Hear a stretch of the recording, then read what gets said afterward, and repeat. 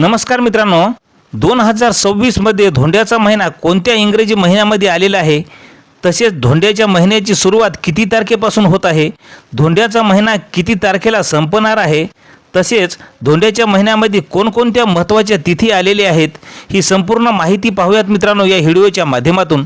पण आपण अजूनही आपल्या चॅनलला सबस्क्राइब केलं नसेल तर चॅनलला सबस्क्राइब करा, जेणेकरून असेच व्हिडिओ आपल्याला नेहमीच पाहायला मिळतील। तर मित्रांनो, 2026 मध्ये अधिक महिना हा मे मध्ये आलेला आहे। तर 17 मे 2026 वार रविवार या दिवशी अधिक मासाला सुरुवात होत आहे आणि मराठी महिन्यानुसार सांगायचं झालं तर ज्येष्ठ महिन्यामध्ये अधिक मास आलेला आहे। म्हणजेच 17 मे 2026 वार रविवार या दिवशीपासून अधिक ज्येष्ठ महिन्याला सुरुवात होणार आहे आणि याच दिवसापासून अधिक मासाला सुद्धा सुरुवात होत आहे। अधिक मास हा 15 जून 2026 वार सोमवार या दिवशी संपणार आहे।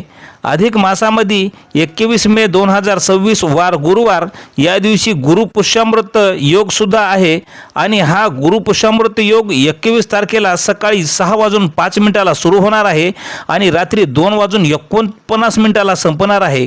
तर अधिक मासातील पौर्णिमा ही 31 मे 2026 वार रविवार या दिवशी आलेली असून पौर्णिमा तिथीचा प्रारंभ 30 मे 2026 वार शनिवार या दिवशी सकाळी 11:27 होणार आहे।